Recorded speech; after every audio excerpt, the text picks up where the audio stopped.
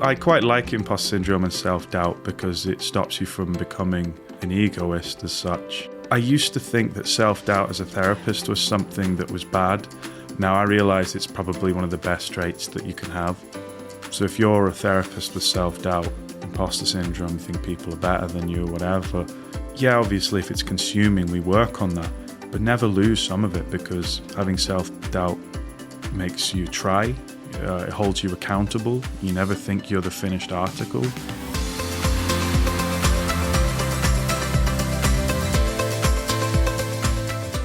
So today I'm welcoming Joshua Fletcher, aka Anxiety Josh on Instagram and TikTok, the writer of 3 books on anxiety, and we're here to talk about his latest book, which is a UK top 100 seller on Amazon.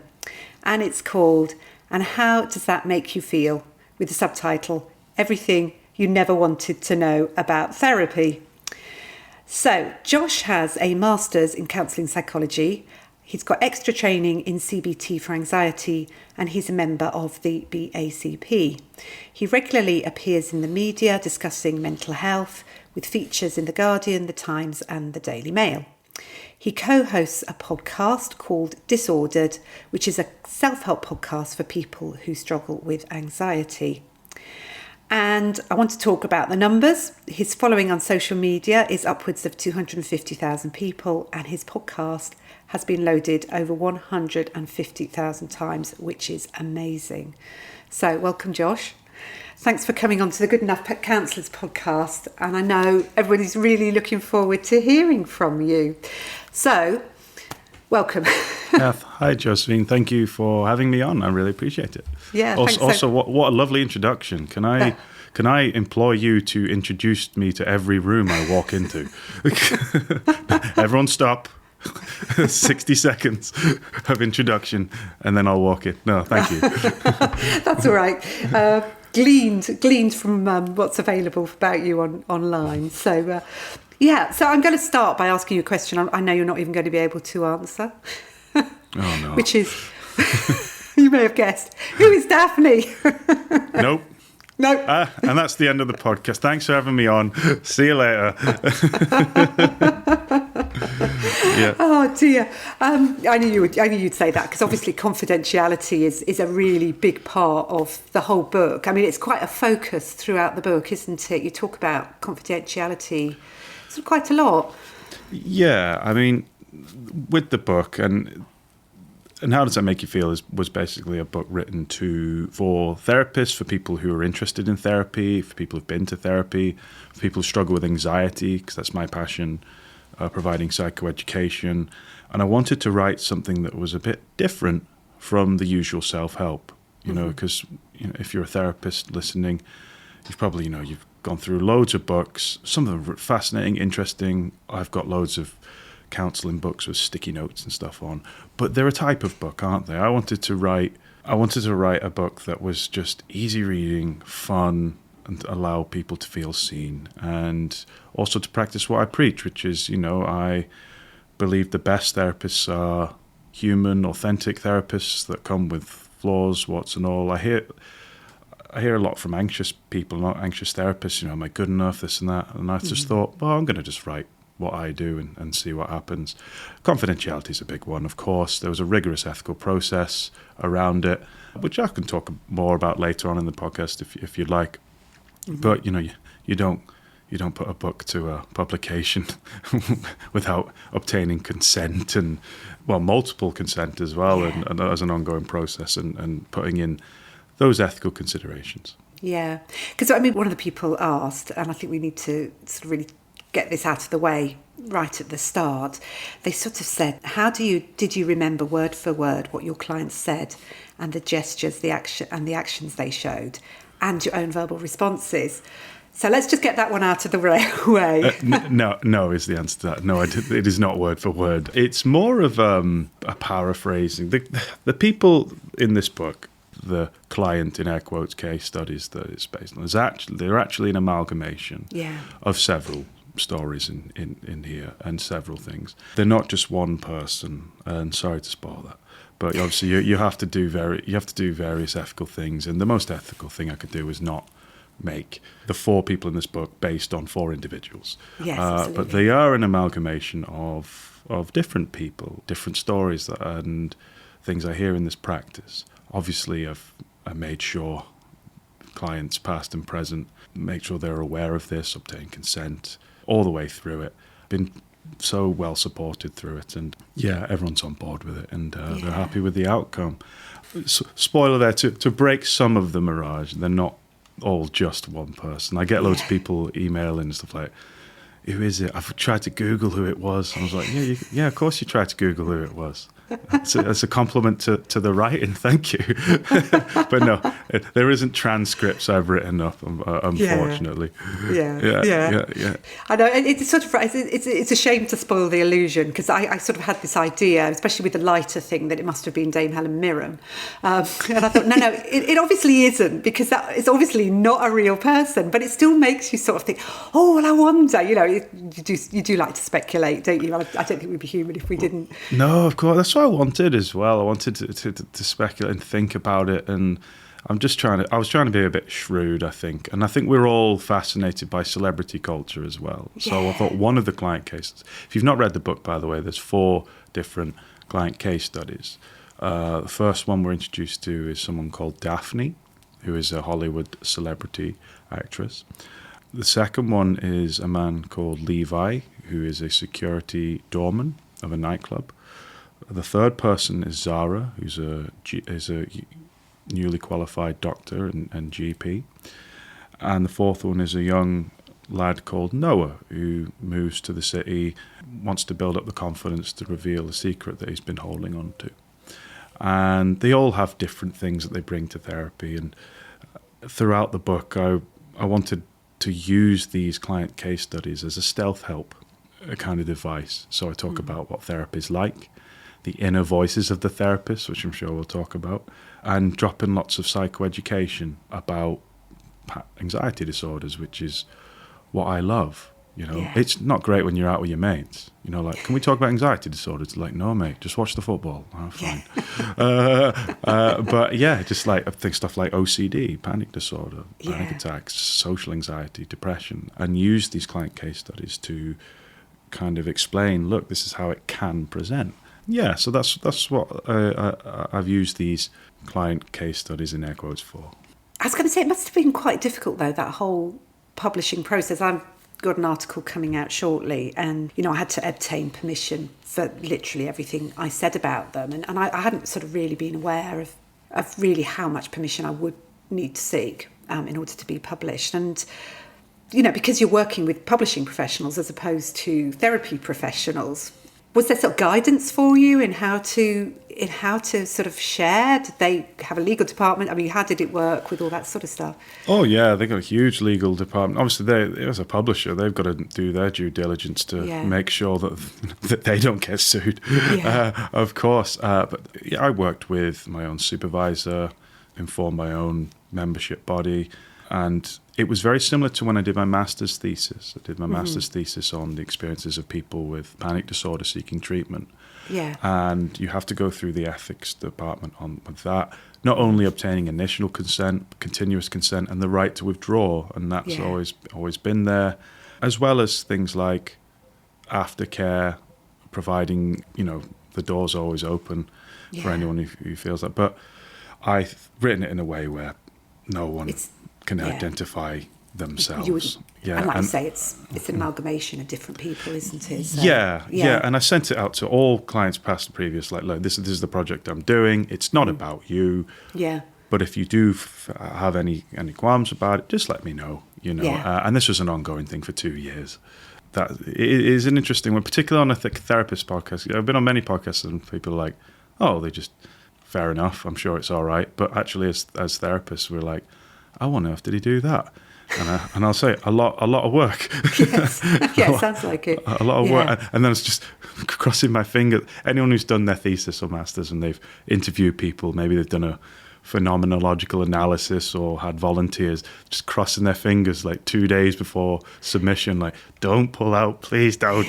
But at the same time, respecting, like, actually, well, if you do, that's fine. Because I know this is something that you've talked about quite a lot. I mean, I'm veering off a little bit, but and it does sort of appear a little bit in the book, is your sort of concern about quackery, shall we say, people who maybe aren't qualified therapists, aren't necessarily very ethical, and that part of being in the media, or as somebody who's well known as a therapist, that this is actually something that you've almost sort of, I wouldn't say exactly campaigned about, but certainly got a concern about, haven't you, about how people might be persuaded to work with people who aren't necessarily qualified.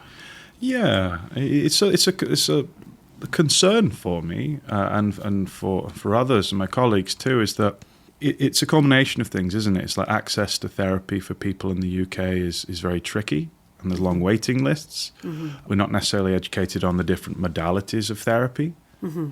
I've had some great therapy and I've had some horrendous therapy, and it's about finding the right one. So I write about that. It breaks my heart when people go to therapy once and there's no therapeutic connection, or the modality wasn't correct. Mm-hmm. And I write about this in the book as well. And I've tried therapy, it wasn't for me.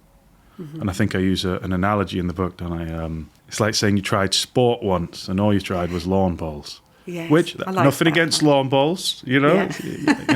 But you couldn't say the whole of sport was rubbish because you didn't like lawn bowls. Yeah. And so I wanted to put that in there. So I wanted to celebrate therapy and when therapy works. Mm-hmm. There's a lot of quackery on there. I am online and I do prance around in front of a camera for Instagram and all that stuff, providing the psychoeducation that I'm passionate about.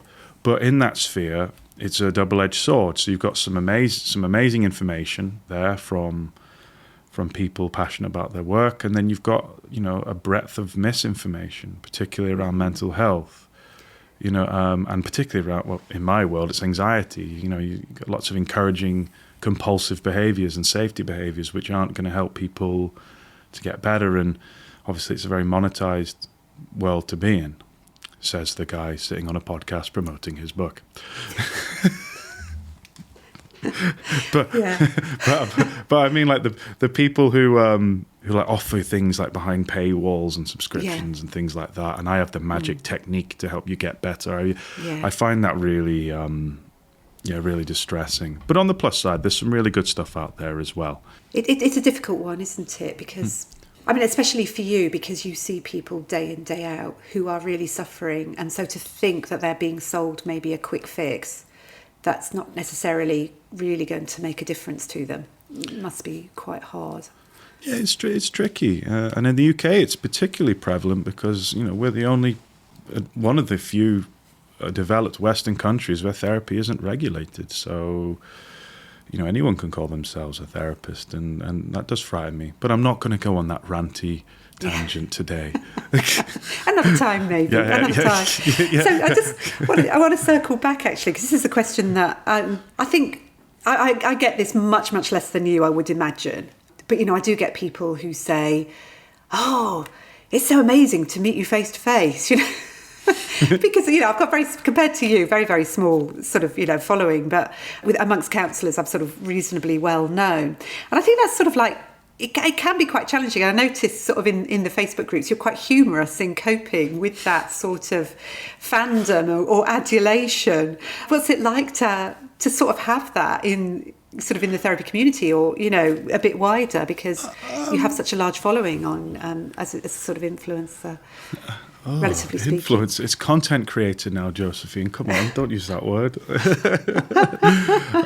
It's a strange one. It's not the level of fandom that you think. I like the respect I receive, and I like it. And actually, it brings out my imposter syndrome. When you get people who perhaps more experienced than me, trained in things I'm not trained in, and they come up to me and say, it's really lovely to meet. It's a privilege, and I'm thinking, you're way more experienced than I am. And you're probably better than me, but thank you, and I appreciate it. I quite like imposter syndrome and self-doubt because it stops you from becoming an egoist as such. Don't get me wrong, there's an ego there, but it's not like keeping it in check. And I think I used to think that self-doubt as a therapist was something that was bad. Now I realize it's probably one of the best traits that you can have. So if you're a therapist with self-doubt, imposter syndrome, you think people are better than you or whatever, yeah, obviously, if it's consuming, we work on that, but never lose some of it, because having self-doubt makes you try. It holds you accountable. You never think you're the finished article. I saw a therapist once many years ago, and I walked in, and the whole therapy room was just like a shrine to this person's achievements. Yeah, and really? I was like, I'm not going to connect with this person. I'm already scared of the power dynamic. I already have a problem with authority. Yeah. Whereas some of the best therapy I've had is with a newly qualified therapist who's really enthusiastic, trying to do everything right, and made me feel comfortable. Yeah. And I much prefer that than Jimmy 50 degrees on the wall. I don't. I think it's really interesting as well, because I think there's something around that need to display all your things on the wall, your certificates on the wall, that perhaps it's actually indicative of imposter syndrome. Maybe, in a funny sort of way. yeah. Yeah, it could be. Do you know what's on my wall? I've got the British history timeline that I'm trying to memorise, and some silhouette art of Lord of the Rings, Stranger Things, and Harry Potter, and a picture of my brother and some plants. Yeah. Well, we hear about the plants, don't we? yeah. Always the plants. Yeah. Are yours almost dying like mine? They always. I never keep them alive. Yeah. Yeah. Welcome a client in. Here's a nurturing place where we get better, and they just look around. There's just like a dead hydrangea in the corner. Yeah, I mean, I've been quite lucky in that I've sort of worked with people who've kept the plants. I've rented rooms, and she's actually got green fingers, so fortunately I don't have to keep them alive myself. So, but I think the really lovely thing, and I mean, it's interesting actually, because you describe the way your critic is. But actually, towards the end of the book, your critic was making me laugh out loud because of the sort of some of the things that he was saying, because you have got that sort of ability to sort of poke a bit of fun at yourself, really, when you use the inner voice of the critic. But I think that's what's one of the really lovely things about the book, is we get these different conversations. And actually, before I came on the podcast, because I was a bit late getting ready for it, to be honest, and I had about 10 minutes to eat my dinner before we came on to meet each other. Me too. Yeah. I can still feel it digested. Biology. Yeah. I'm thinking, this is biology speaking, and then I had my Rivita and I spilt hummus on my hand, and there you go. It's like, because you say you've got this change of shirts and everything, and one of the sort of funny things in the book is how Levi keeps surprising you and making you spill your food as he comes in through the door. Yogurt, soup, everything. So Levi's the bouncer client case study who's big and scary, and to provide a bit more context of what we're talking about, one of the USPs of the book is that I share with you my inner voices of the therapist, and there's 13 of them. I cannot even remember them. Yeah, there's anxiety. So the voice of worry that's talking. I want you to imagine all these voices around a thought table in your brain. The chair of the meeting is volition, which is the voice that chooses the appropriate voice to go with.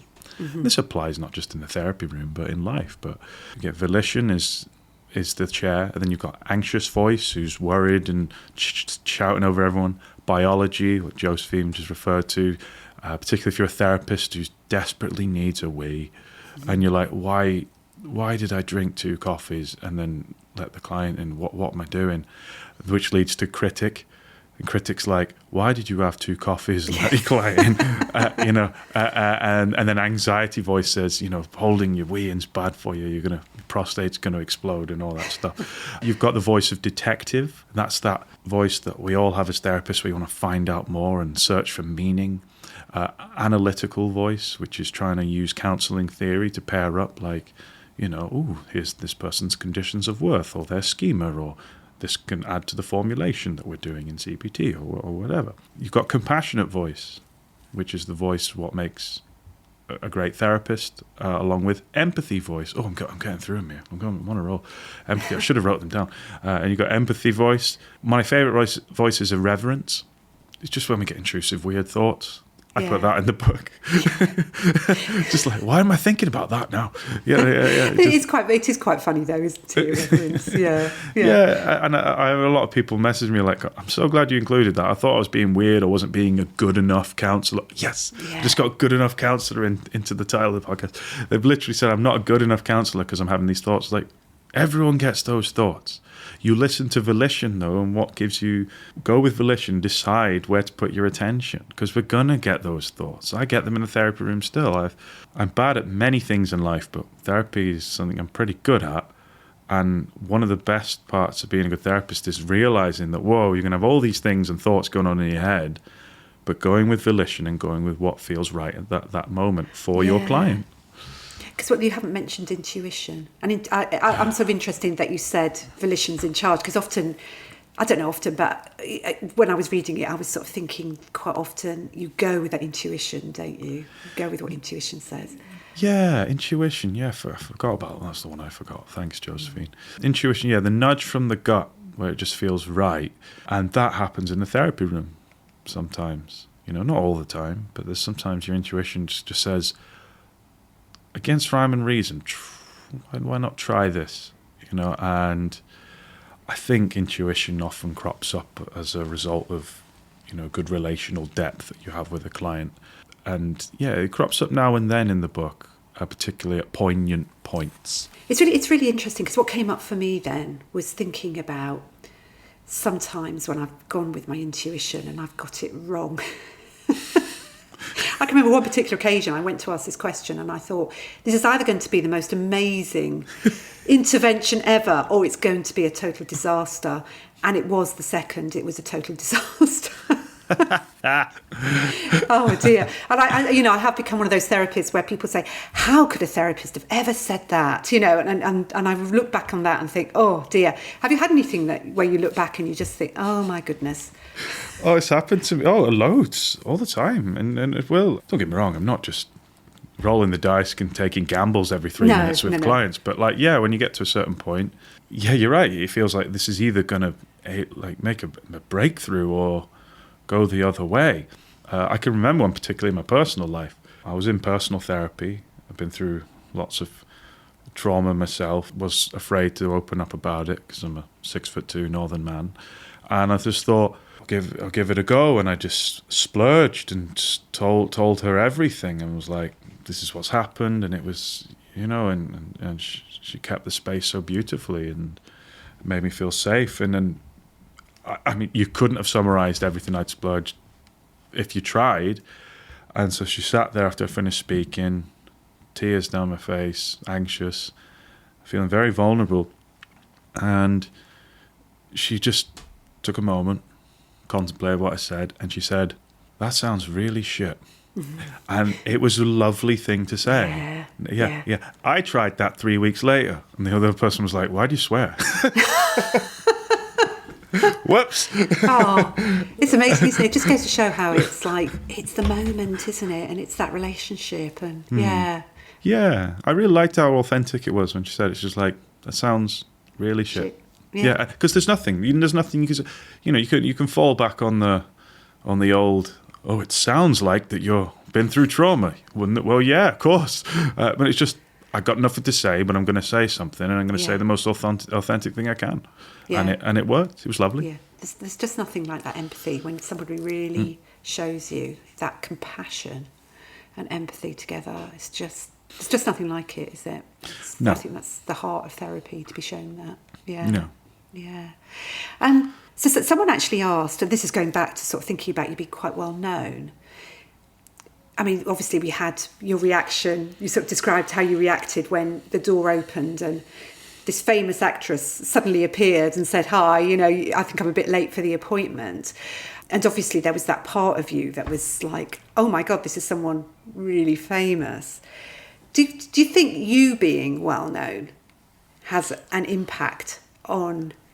Because obviously you must attract, because you're well known, you attract particular types of people, like somebody who's famous, but also does it interfere in any way, you being well known, because people see such a lot of you outside of therapy on Instagram and that sort of stuff? Well, in terms of how does it people knowing who I am Yeah. outside of this, how does it affect the therapy here?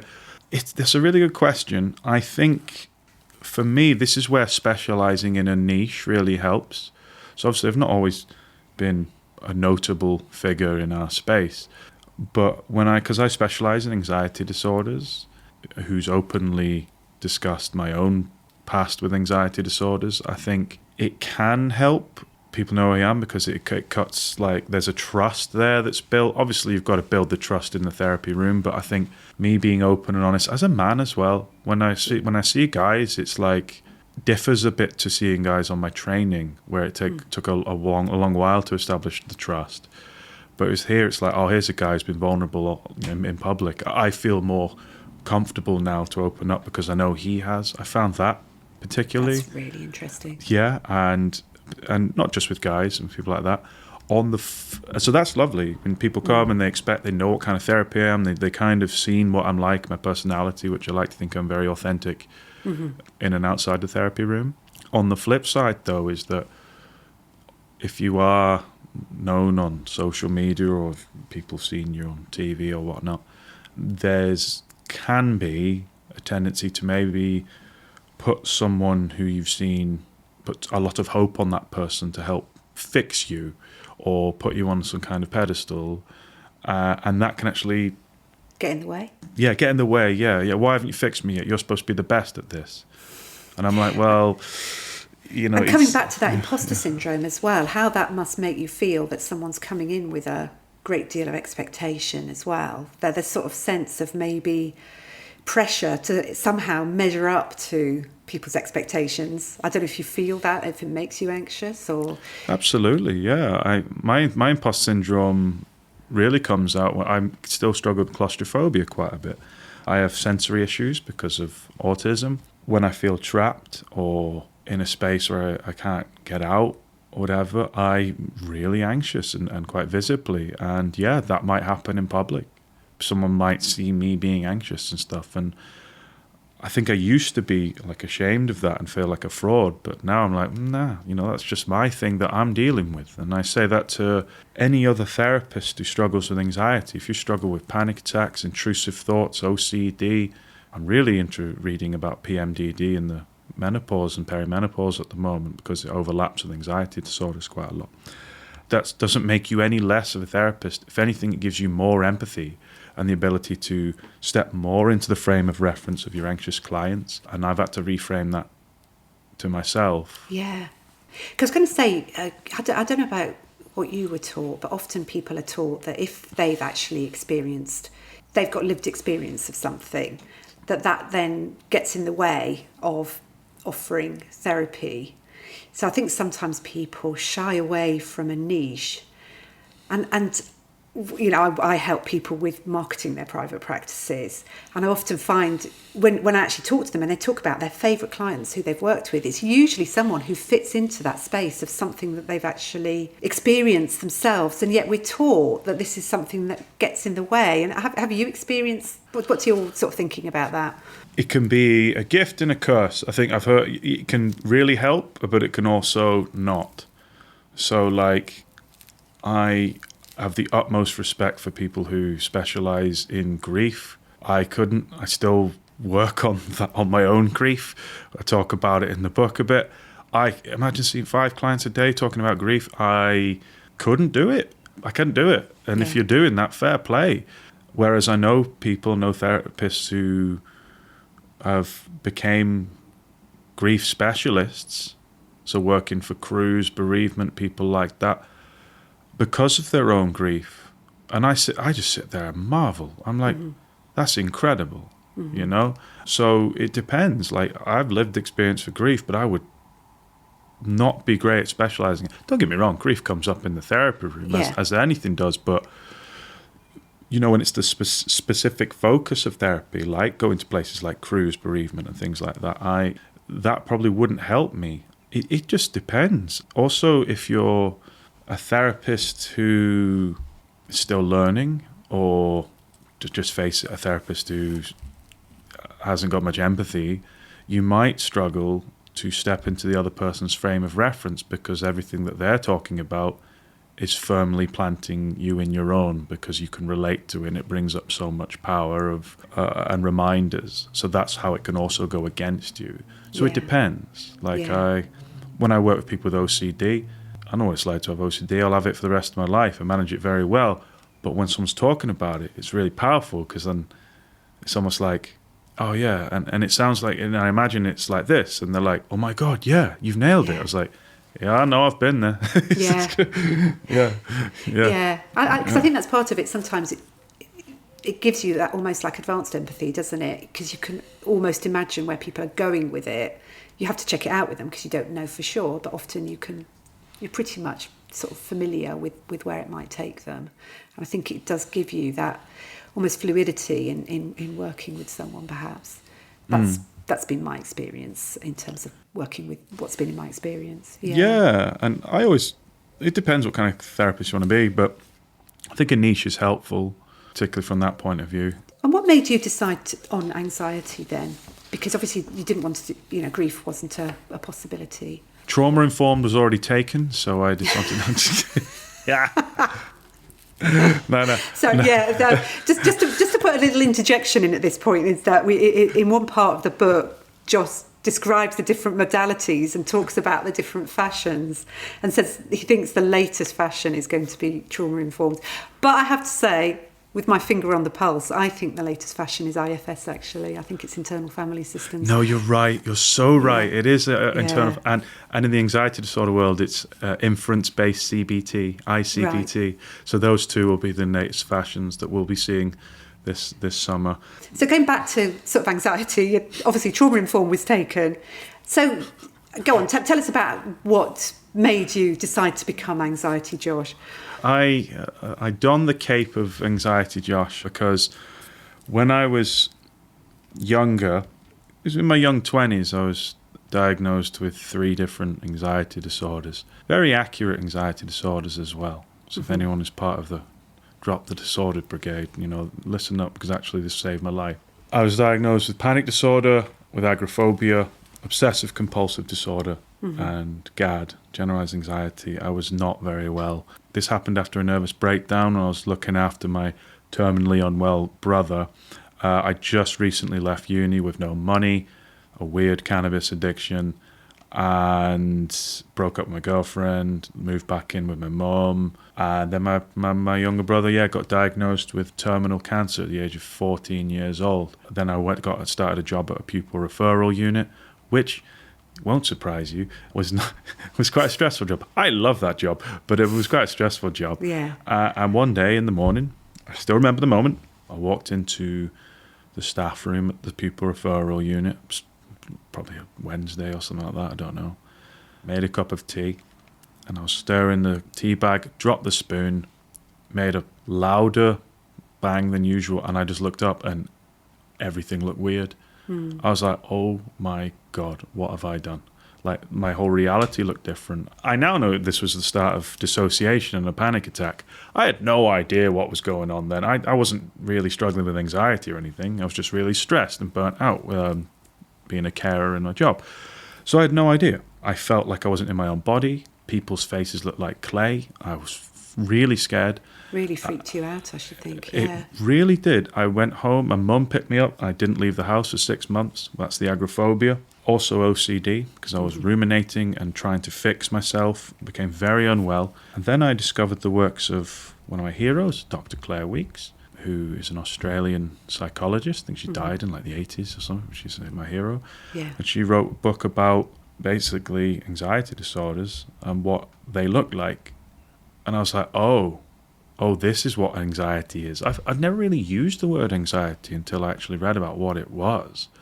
Then I found some other books as well. I read one by Paul David, and this was like 12 years ago as well, so no like social media or anything like that. I was just doing all these things the best I can, trawling forums, frightening myself on forums, until I found the psychoeducation where someone was telling me what was up with me. And that started my recovery. I was like, oh, I'm not going bananas. And this is a thing that happens. And I was a teacher at the time. I loved teaching, but there was no information for me. And I was very lucky, actually, that I stumbled across this information because my doctors didn't help. So I was a teacher, that was it. And then I thought, how can I combine my love for teaching with how passionate I am that I was not educated about this? So I studied to be a therapist. And that's how it started. That's how Anxiety Josh started. Actually, no, Anxiety Josh, the name, started at the beginning of COVID, where my friend says, are you on social media? I was like, no. He's like, you should do an Instagram. Now's a good time. I was like, why? And he's like, because everyone's going to lose their minds because we're going into quarantine. I was like, okay. And so I just started doing videos, reassuring videos about anxiety, what it looks like, agoraphobia, how it's exacerbated. And it went from there. I was going to say, it must have really taken off, though, for you to have built up this massive following in sort of quite a short time, really, because it's only sort of four years, really, since the start of COVID. So, and is it all sort of been videos? What sort of things do you do to get people to follow you? Videos, I do some carousel posts with the little nuggets of information you can slide across and absorb them. I use humour a lot in my social media. I like people to feel seen.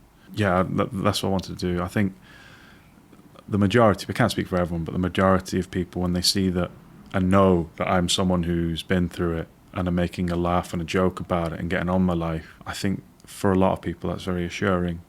Yes. And it gives them hope, and that's why I like to be. I love Brené Brown, and I think this is sort of like the point that Brené makes, is that when you're vulnerable, when you're prepared to be vulnerable, that is such a great leveler, isn't it? And this is what really helps us to make connection with each other, is when we're prepared to be vulnerable, when we're prepared to open up. It enables other people to be vulnerable. I mean, Rogers would have said it's congruence, deep congruence begets more congruence, which begets more congruence. But I think Brené's brought it up to date and talks about vulnerability. And I think this is often what's missing in this whole celebrity culture, isn't it? Is that people, especially on Instagram, aren't particularly vulnerable. And you're actually breaking through that mould in order to help people be real, aren't you? So yeah, being authentically vulnerable. I think there is a trend at the moment on social media with people recording themselves crying in their cars. Oh, yeah. That's not quite what I'm talking about. Why did she break up with me? Yeah. But yeah, in general, it's... thanks.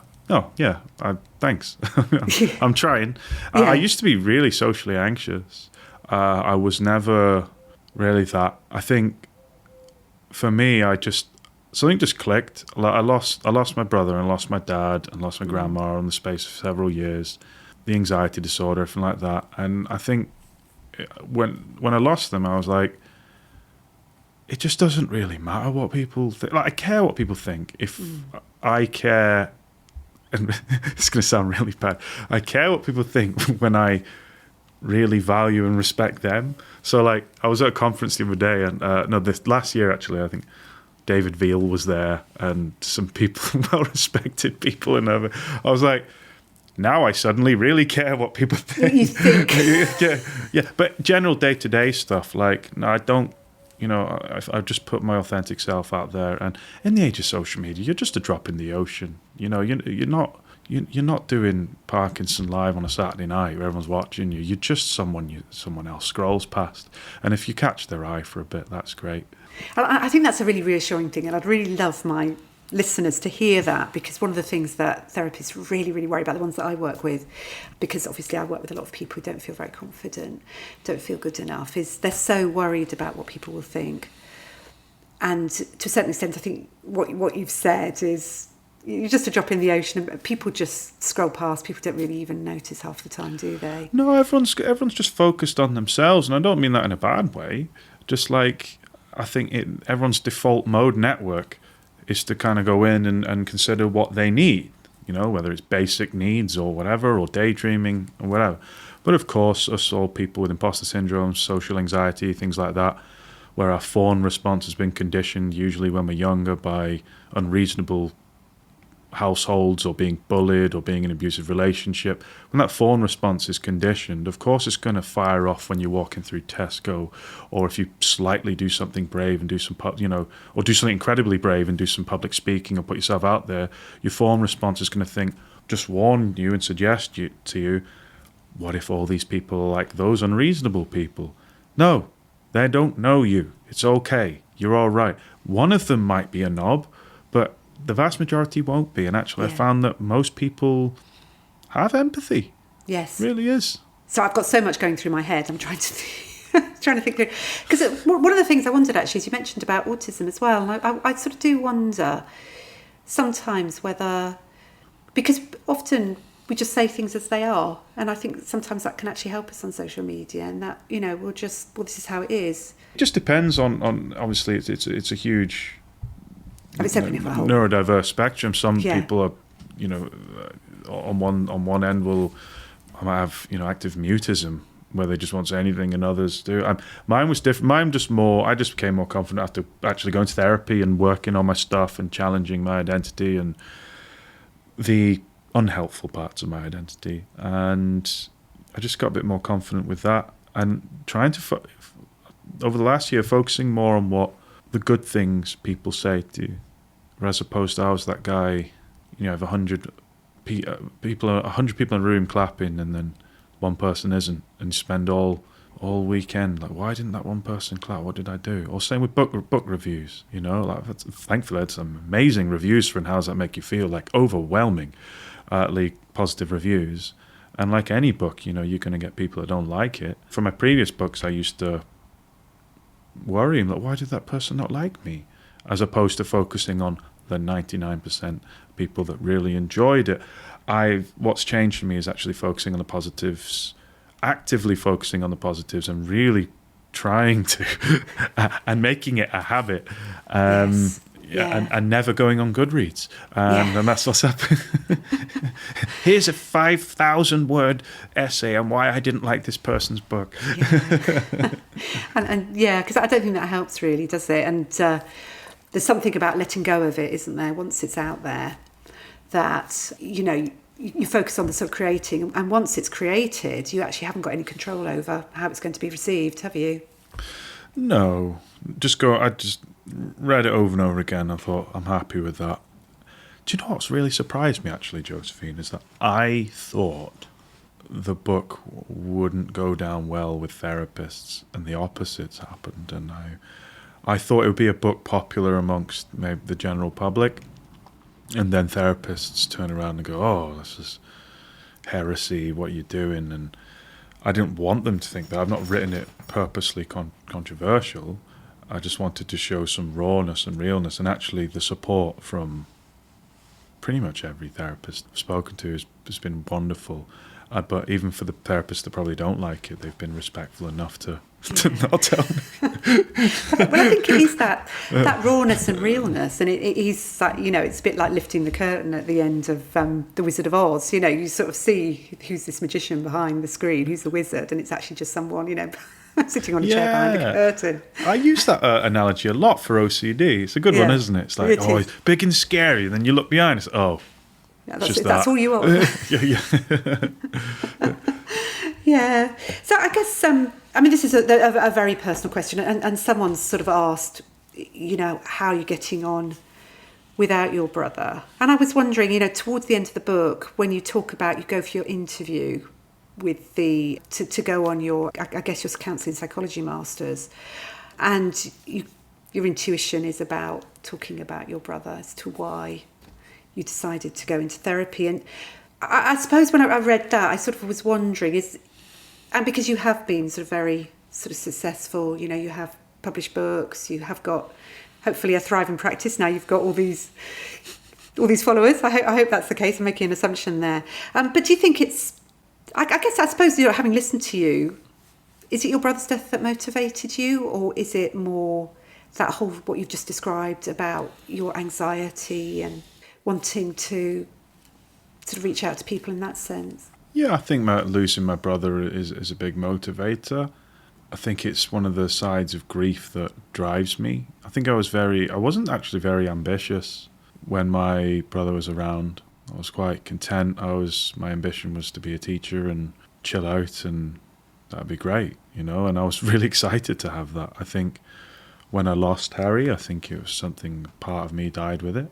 And I think what I've done and revealed in my own therapy is that I try to fill that void by trying to push and drive myself as much as I can and actually make my existence more worthwhile to me, probably because of a lingering survivor guilt, and just want to do something quite special. All my loved ones tell me that I need to slow down and stop and do these things, that I've already achieved that. But I think losing my brother, I'm still in therapy, I love therapy, but like I've uncovered that actually, I try to fill some of the void by trying to be extraordinary, and part of my homework in therapy is to realize it's okay just being ordinary. But yeah, I think the manner in which I lost him as well, which is very harrowing. Yeah, I don't know. I try to keep him with me as close as I can. I'm not a spiritual or religious person, so I don't see him glimmering in the trees, and I don't hear him talking to me. But I would like to see sometimes that since his illness and since his passing and what I've done, and this wouldn't have happened if he hadn't have passed away or become ill, I'd like sometimes to imagine that I see him in the crevices of people's smiles when they're doing really well in their anxiety therapy, when they've done something really brave. I think, well, that there's something in that, isn't there? I think I really identify with what you're saying about this drive, and it can be very intense, can't it, to want to work and want to, and it's fun as well. I mean, I think it's fun to write, it's fun to create, it's fun to be out there on social media and do that sort of stuff, but it can be difficult to hold it back sometimes, I think. Yeah, I've got more into my mindfulness recently. That was a trend, a fashion, wasn't it? Yeah. I've got into my mindfulness recently because I think when you are driven and I've got very obsessive fixating tendencies. Wow, how did I develop OCD? You sometimes, when you're so driven and you're so chasing, and this applies to anyone though, if you're chasing a feeling of trying to feel enough, to try to satisfy that inner satiation of trying to feel enough, you miss the world going by now and then. And I'm guilty of that right now, at the moment of this, and I think I need to try to be in touch with that. The voices in the book, inner critic, sometimes that can become the loudest voice at the table. I think you need to get in touch with volition and be like, why don't we listen to kind of compassion for a bit now, because we don't want to get rid of critic, and can be quite helpful. Like last week, like it's at 1 a.m. you've not put the bins out, you knob. I was like, oh, fine, get up and put the bins out at 1 a.m. But in general, yeah, I mean, don't fall into that consuming drive to constantly better yourself. And you're this person when you're the person that has a to-do list that's never ending. You're always saying I should, which is an anxious thought. I should be doing this, should be doing that, should be doing... No, just stop. Like, you should be not shoulding. Put I shouldn't be shoulding at the top of your should list and then worry about how meta and weird that's become. Yeah. Yeah, thank you. I'm sort of aware that time has gone by so quickly. I guess because, one of the sort of questions that somebody asked to cover is, how do you manage to be so articulate with your psychoeducation? Do you think that's your teaching background that's coming in there? Definitely. And I used to teach year 4s. So 8 to 9-year-olds. Yeah. So if you enjoyed the book, you have the reading age of an 8 to 9-year-old. No, that is, I did enjoy it. And I read it on Audible. I listened to you on Audible. You've got a lovely speaking voice. I think you come across very well on Audible. Thank you. Yeah, no, it's always been something I was good at. Terrible at admin as a teacher. Terrible at admin now. Terrible at notes. Terrible at lesson plans. All right at studying, good at essay writing, slow at essay writing, but they're usually good essays, but they take me forever. But one of my favourite things I like about myself, that's a sentence I've been working on, did not really mean anything several years ago. My favourite thing I like about myself is the ability to take loads of boring information and present it as something engaging and entertaining if need to be. And that really helps, I should think, with social media and with working with clients and writing the book as well. Yeah. Oh, yeah. Thank you. Oh, well, thank you so much, Josh, for coming along. I'm just sort of aware that I don't want to keep you for ages. It's all right. So, thank you so much. I mean, there's lots of people have sort of written lots of questions. I think we've covered quite a few of them. So I just want to say thank you so much for coming on the show. And obviously people will be really interested to hear all about you. And what's the next thing? So I shouldn't really say that, as we've just been talking about slowing down, but have you got... I think you might have another book in the offing. Yeah, so the publisher really liked the book. By the way, thank you for having me on. I really appreciate it. It's really nice to talk to other therapists as well. Yeah. It really is. It's nice.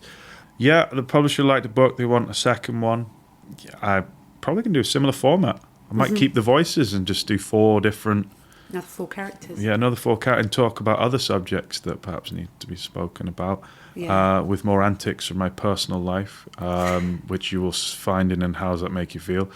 Yeah, dude, that I'm still lucky doing some promotional stuff for this book. So I'm at the Bath Literary Festival this year. So if you're in Bath, come say hello or throw fruit at me.